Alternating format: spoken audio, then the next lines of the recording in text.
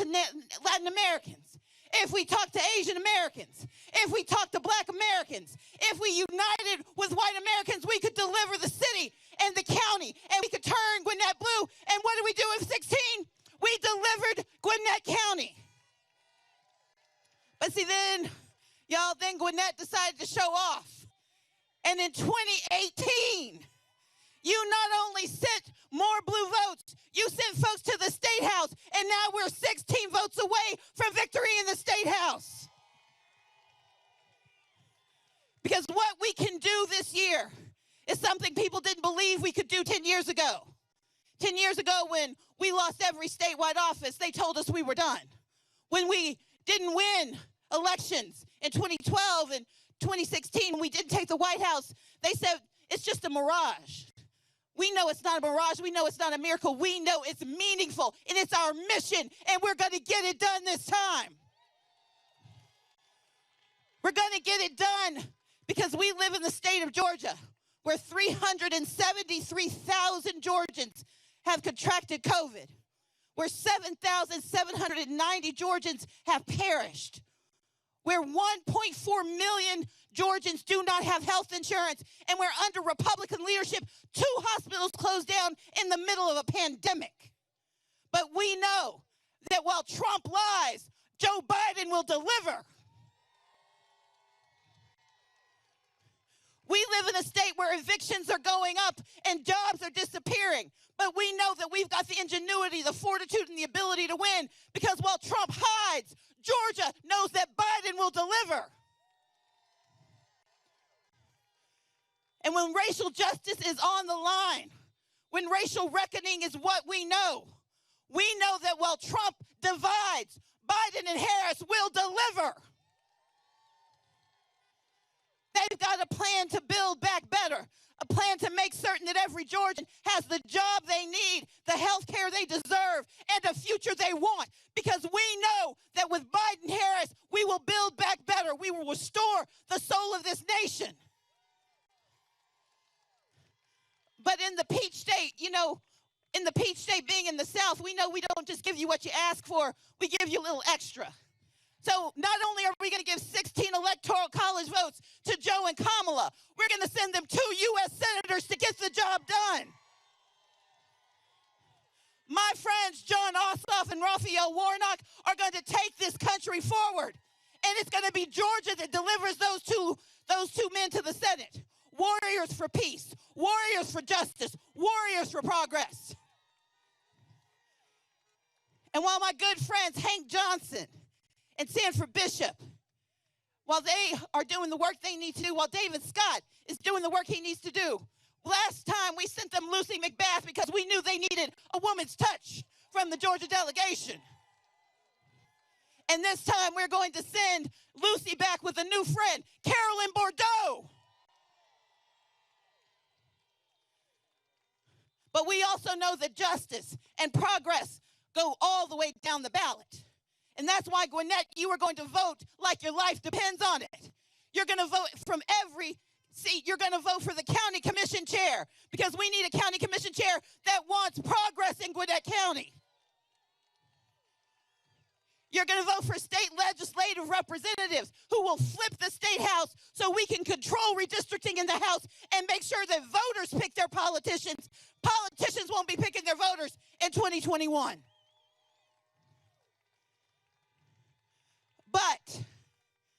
But as you guys know, we've been excited before. We've been ready before. But we know that just because good is on the move doesn't mean bad has stopped working. Voter suppression is alive and well in Georgia, but we put it on its knees. We got the work done to make sure that the exact match is no longer the law of the land in the state of Georgia.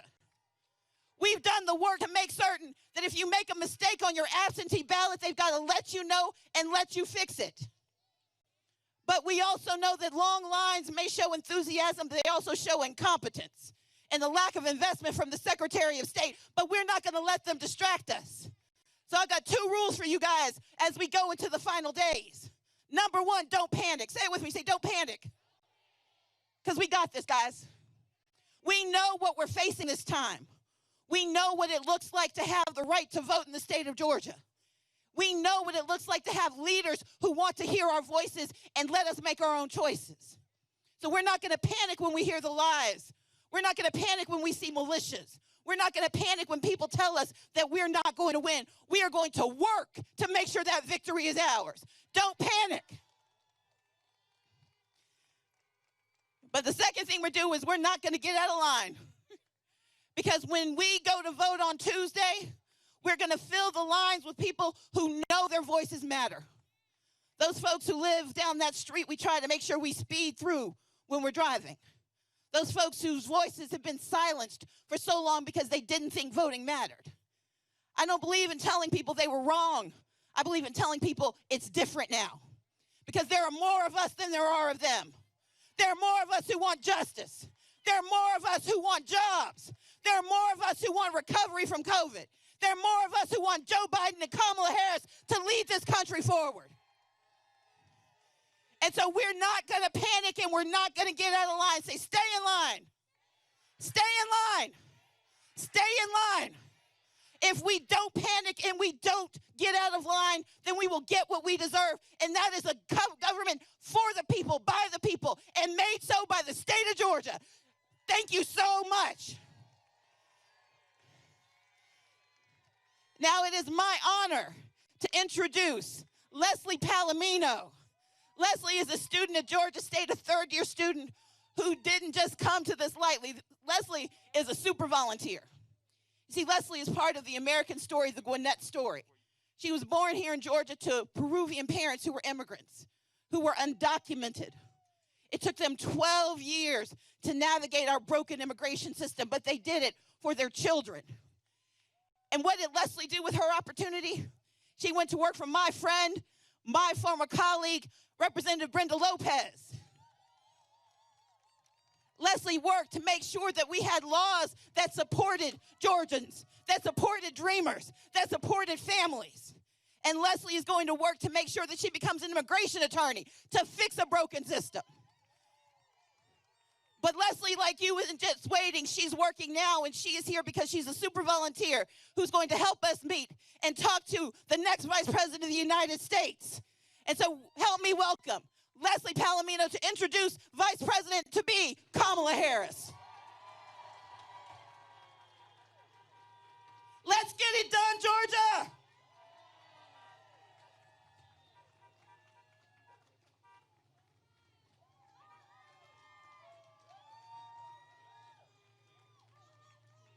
Good afternoon.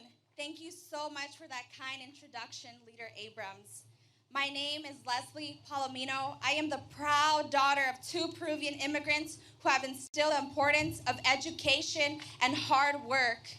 I am the product of Gwinnett County Public Schools, a graduate from Meadow Creek High School. I am a college student at Georgia State University pursuing a degree in political science and journalism. I plan to attend law school and become an immigration attorney and possibly run for office someday. In 2016, I feared for our lives when Trump was on the ballot. I was 16 years old then and was not eligible to vote just yet. So I hope for the people voting that year realize they were voting on my behalf. They were voting for my future. And today, it gives me great pleasure to say that I cast my ballot for the very first time in a presidential election, and that I voted for Joe Biden and Kamala Harris. As I walked into the voting booth, I became very emotional because I was aware that I was casting my ballot on behalf of my parents who are not U.S. citizens, my younger 13-year-old brother who worries about Earth's future and climate change, my sister who is pursuing a career in the medical field and cares deeply about access to health care, for my family members who are undocumented, and for my friends who are DACA recipients. Within the last 4 years of the Trump administration, we have seen a relentless disruption in our democracy, cruel executive orders, and zero-tolerance immigration policies that have affected working class and immigrant families. Our immigration system is under greater stress as a direct result of Trump's malignant policies.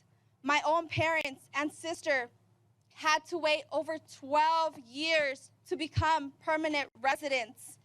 At this moment, in the land of the free, lawyers are still attempting to find the parents of 545 children who were cruelly and inhumanely separated by the Trump administration. Innocent children ripped apart from the people they love the most. I thought about them too when I casted my ballot. Joe Biden and Kamala Harris have announced they would sign an executive order on the first day of Joe Biden's presidency, establishing a task force to find and unite the families. That's the right thing to do. That's the kind of thing we should expect from our elected officials and leaders. Joe Biden and Kamala Harris believe we must do better to uphold our laws humanely and preserve the dignity of immigrant families, refugees, and asylum seekers. They know our diversity is our strength.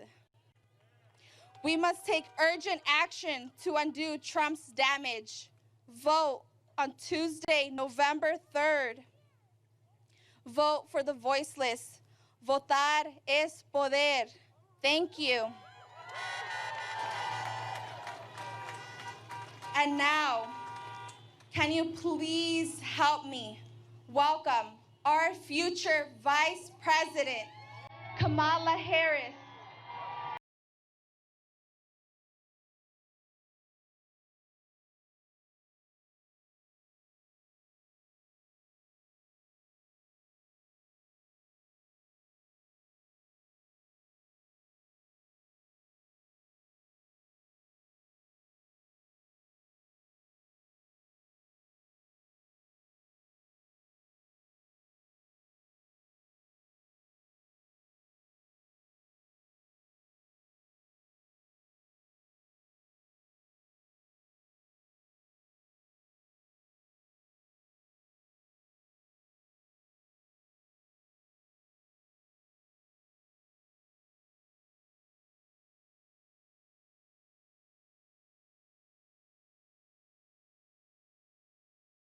Hello, everybody. Oh, it's good to be back in Georgia, and it's good to be with my friend Stacey Abrams. Can we hear it for Stacey Abrams? You know, I was just talking to Stacey, and I said, look at where we are, Georgia. Look at where we are and where you have been and what you have been doing. Organizing and mobilizing and getting folks registered to vote. You know, early voting is now over, but we want to remind everybody they can drop off their ballots in the drop boxes. So we want to make sure that they're doing that through 7 o'clock on Election Day. But I was just saying to Stacey Abrams that I'm so thankful to her for the work that she has been doing for years to fight for Georgians and the right to vote. What she has been doing for years to fight that good fight, often with just thankless energy, but she keeps giving. And all that we are looking to now in terms of Georgia and the prospect of what we might accomplish in this state, in large part, we have to say, thank you, Stacey Abrams, for the work you have done.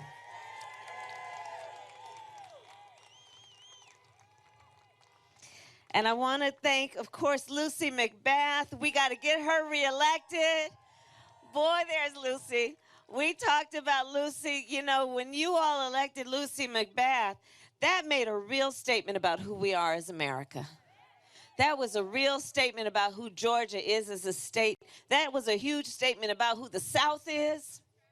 All of that happened when you sent Lucy McBath to the United States Congress. So let's make sure we send her back. I see Hank Johnson over there, Congressman Hank Johnson. I want to thank him for your longstanding friendship. You know, Lucy and Hank and I serve in the Congressional Black Caucus together, and I see these guys when they are in the room with no cameras, and I see them when the cameras are on, and they're always the same person fighting for the people of Georgia and working families of Georgia. And I want to thank you both for your friendship and all the support you've been giving Joe and me. Thank you. Carolyn Boudreaux, where are you? Where is she? We got to make sure, there you are. We're going to send you to the United States Congress, right, Georgia? And John Ossoff, I'm going to be with him today. I don't know if he's out here yet, but we got to send him to the United States Senate. We got to take back the majority in the United States Senate. His name is pronounced John. I want to thank, of course, the Democratic Party Chair, Nikema Williams, who is also going to go. There she is, in that great, great tradition of our dear, dear, now ancestor and hero, John Lewis. Nikema, we're all so proud of you.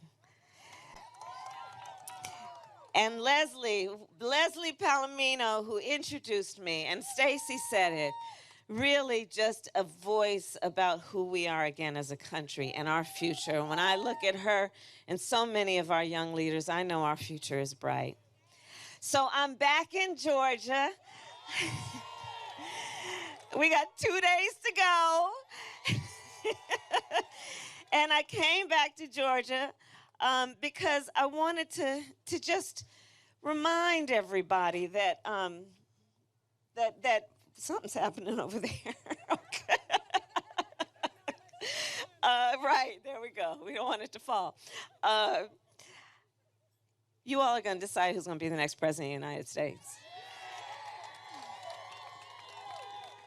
You are. You're going to decide who's going to be the next president of the United States. And so I am back in Georgia to thank you for all you've been doing these years and these months and these weeks and these days. Look at the kind of turnout we've already seen in terms of early voting. And I just wanted to come back to remind us that we still have a ways to go. And you know, that last leg of a long trip is usually the longest and the most important. And so this is not the time to let up. This is the time to put our feet on that pedal and go and get this thing done and make sure everyone votes, that they drop off their ballots in drop boxes now. Don't put it in the mailbox, put it in a drop box, or vote on election day, because there's so much at stake. You know, we are in the middle of at least 4 crises. Joe and I talk about that all the time. The first 2, a pandemic. You know, and I'm just going to come down here. How about that? Let's just avoid a catastrophe, shall we? Okay. So we are in the middle of a few crises. And for all of the friends in the cars, I'm thinking of you. I'm looking at you, even if you can't see me. So there we go. There we go. So we're in the middle of 4 crises taking place at the same time. We are in the midst of a public health crisis of a proportion we've never seen. It's probably one of the greatest mass casualty events we have experienced as a country since World War II. Over 225,000 people have died in just the last several months. Many whom tragically, for their last days on earth, weren't even able to be with the people they love, to hold their hands because of the nature of this virus.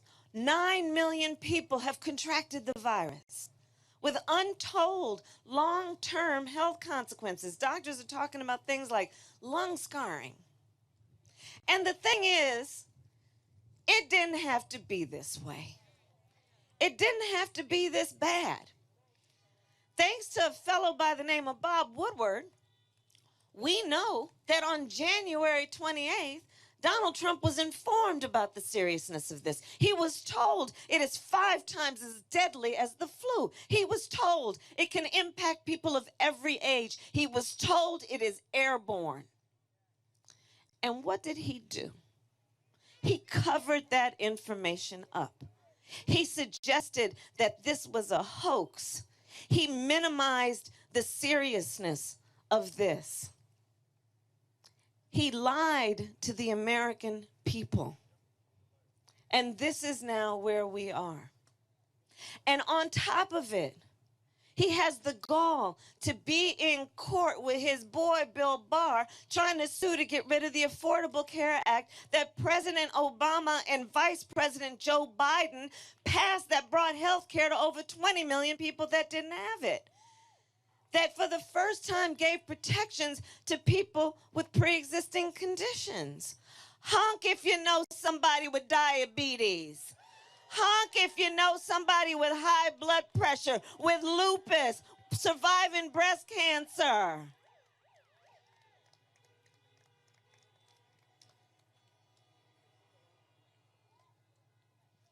And they want to take it away. They want to sue to get rid of it.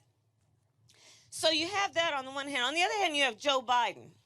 Joe Biden, who says, we need to expand Obamacare. We need to expand it to the point we bring down the cost of prescription drugs, bring down the cost of premiums, bring down the age of Medicare eligibility to age 60.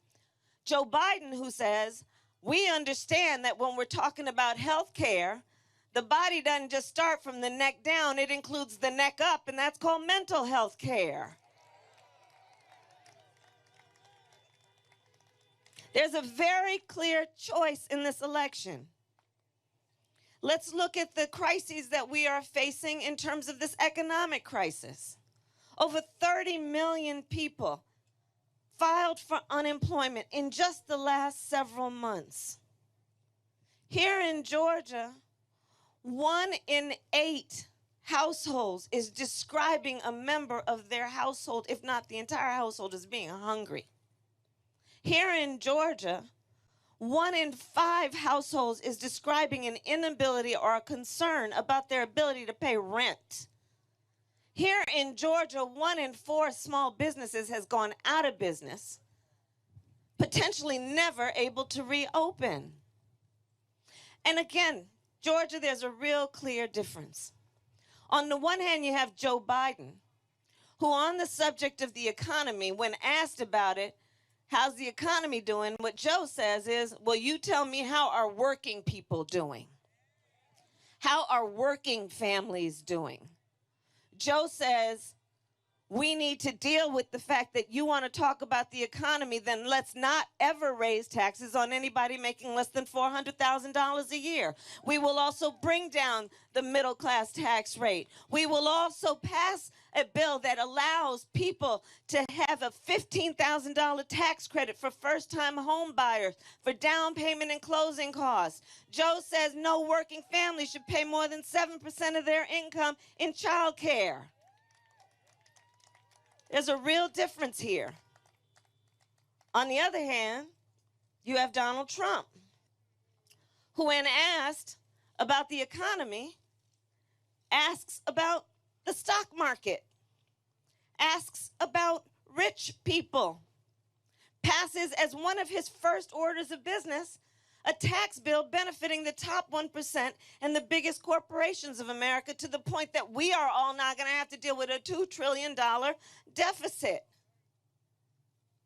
Well, Georgia, if we do our thing, these next 2 days, and God willing get elected, Joe and I are about to get rid of that tax cut and invest that money in working families, invest that money on building up our infrastructure, our roads and our bridges and renewable energy. We're about to invest that money in our students coming from homes that make less than $125,000 to say, if you are coming from such a home, you will pay nothing for a 4-year college or an HBCU, private or public. We will invest that money in our college graduates who have student loan debt if they take on a job in public service or a job that pays less than $125,000 and erase their debt. We will invest in the American worker and the American family. Georgia, there's a clear choice in this election.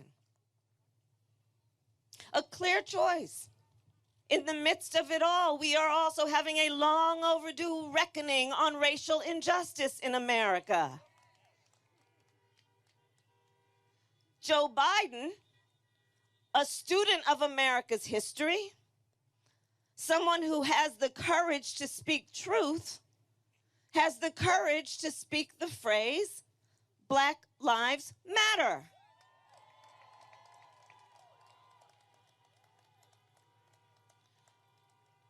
Joe Biden says, let's deal with it.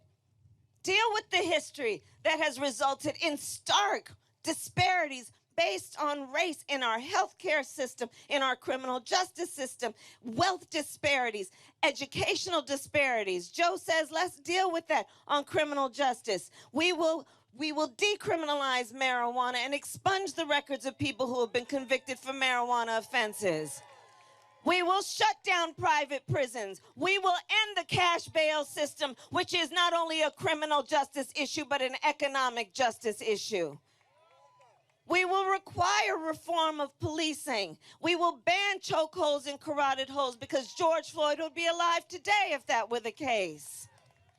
We will require a national registry of police officers who break the law because it shouldn't be that you get fired in one place and then get to go to another place and get hired there. Joe says, let's deal with the racial disparities in our healthcare system when we see that blacks and Latinos are 3 times as likely to contract COVID and twice as likely to die from it. When we see that our Native American brothers and sisters have the highest rates of diabetes of any population in our country. When black women are 3 to 4 times more likely to die in connection with childbirth than other women. Joe says, let's deal with that. On the other hand, you have Donald Trump, who at that debate, you all remember that first debate? At that debate, refused to condemn white supremacists, and then didn't stop there. He doubled down and said, stand back and stand by. In Georgia, here's the thing. It's not like it was a one-off. Don't forget, when he was running for office and thinking about his political career, he had the gall to question the legitimacy of America's first black president. Don't forget on Charlottesville, where folks were peacefully protesting racial injustice. A young woman was killed. And on the other side, there was a group of neo-Nazis wearing swastikas, carrying tiki torches, spewing racial and anti-Semitic epithets.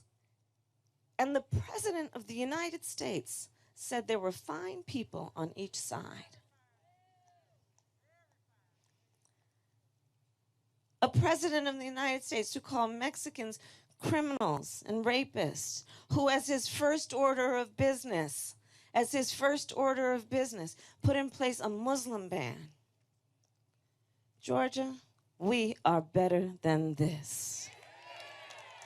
We deserve better than this. We want a president who understands that regardless of where you live, your race, your gender, your age, the language your grandmother speaks, that we all have so much more in common than what separates us. America knows we need a leader like Joe Biden who understands the importance of bringing folks together, who understands that the real measure of a person's strength is not based on who you beat down, it's based on who you lift up.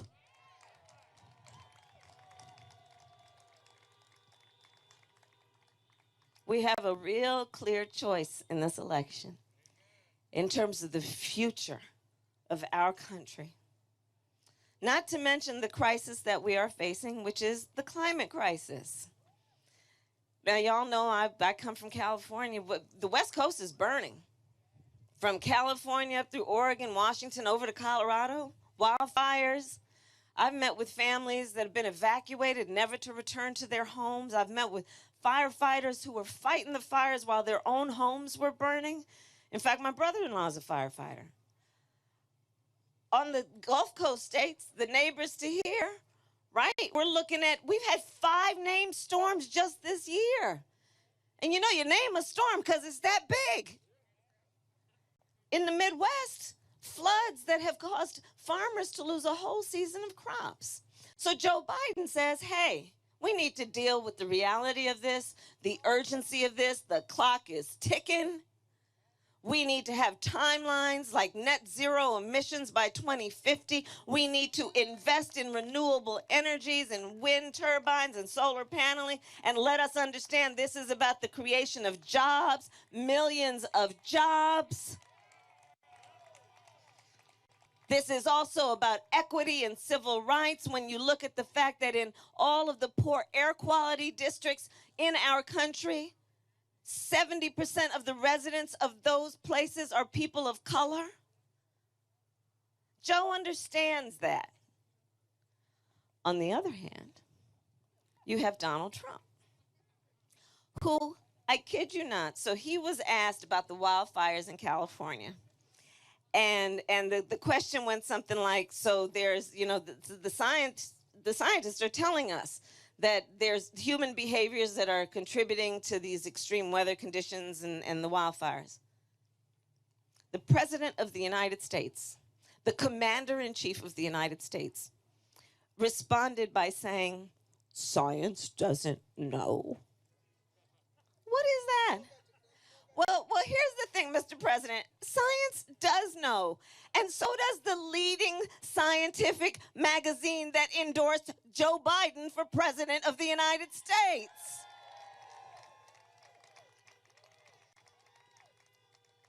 So everything is at stake. And that brings me to today and this vote. So by virtue of us all being here together, this is a group of leaders. This is a group of leaders. And so, like you, I have been asked by folks, why should I vote? And I believe there are 3 reasons. 1, let's honor the ancestors. Honor the ancestors. And Georgia, for you, this is a particular point of pride in that most incredible now ancestor who was a great American hero by the name of Congressman John Lewis. And what we know he did in shedding blood on that Edmund Pettus Bridge. Got arrested 40 times, got in good trouble, told us to get in good trouble. And you know the thing about John, and Lucy knows this, he was an extraordinary human being. And John also understood that the fight for voting rights is an extension, obviously, of our fight for civil rights. John was front and center on every civil rights fight, by the way. John was front and center on the fight for marriage equality. John was on the front and center fight for Dreamers and DACA and fairness and justice for all people. So this is a moment to honor the ancestors. That's a reason to vote.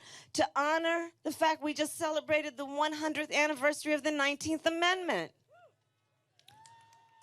All those suffragettes in their white, marching and shouting for a woman's right to vote. And of course, while we remember history, we must remember it accurately. Black women couldn't vote until 1965. So we still have work to do. Reason number 1, honor the ancestors. Reason number 2, everything is at stake. Everything is at stake. We have talked about so many issues. Let's talk about a woman's right to make decisions about her own body. Let's talk about renewing the protections for DACA. Let's talk about pay equity and what we need to do to make sure that all people, and that means women, get paid equal for equal work. Everything is at stake. Reason number 3. And this brings me back to where I started talking about the work of Stacey Abrams, which is this. I've been traveling the country again. I've now come to Georgia many times. I was in Florida. I was in Texas yesterday and Florida. I'll be in Pennsylvania. I was in Michigan, North Carolina. I'm going there after I leave here. All over the country. Okay, what I don't need to tell Georgia, but I will just remind us all over this country, and in particular in recent history since 2013 when the Supreme Court gutted the Voting Rights Act. Almost 24 states put in place laws that were designed to make it difficult for us to vote. You know, here in Georgia, they were purging the voter rolls. We've seen in Texas how they were picking up drop boxes. You know, they put a thing in Texas, 1 drop box per county. I was in Harris County, where Houston is. 4 million people live there. They have 1 drop box. In states where they're saying, well, if you do a mail-in ballot, you got to fill out your ballot, then put it in 1 envelope, and then you're supposed to seal that and then put it in another envelope, and you got to be sure you sign it here, but then in some places you got to be sure somebody else signs it. Trying to make it difficult, trying to confuse people. They were even messing with the post office. The post office. I mean, the nicest people work for the post office. And so we've got to ask, why do you think so many powerful people are trying to make it so difficult for us to vote? And I do believe the answer is because they know our power. They know our power. They know when we vote, things change. They know when we vote, we win. And so let us not ever let anybody take our power from us. It is ours. And at election time, the power of our voice is through our vote, and we will not be deterred. We will not be sidelined. We will not be silenced.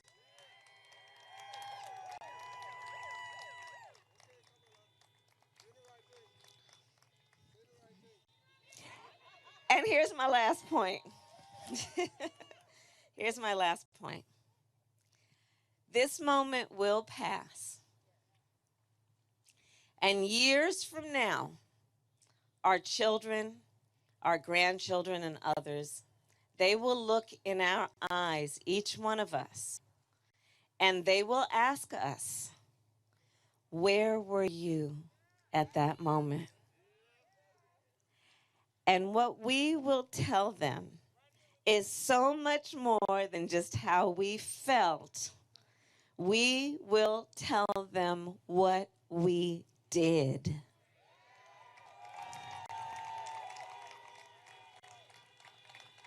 We will tell them about this particular Sunday afternoon when we were hanging out in a parking lot together. We will tell them how we organized and mobilized. We will tell them how we called and we texted everybody we knew to the point that they got tired of us, but we knew they would get over it.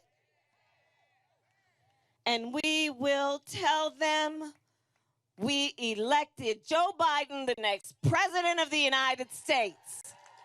Thank you all.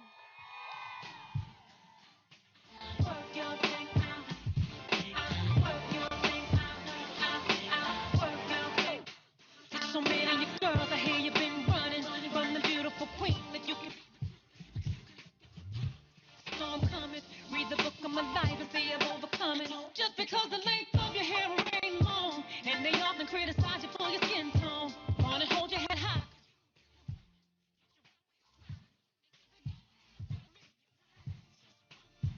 Yeah, yeah. Don't be yourself. Follow me, follow me.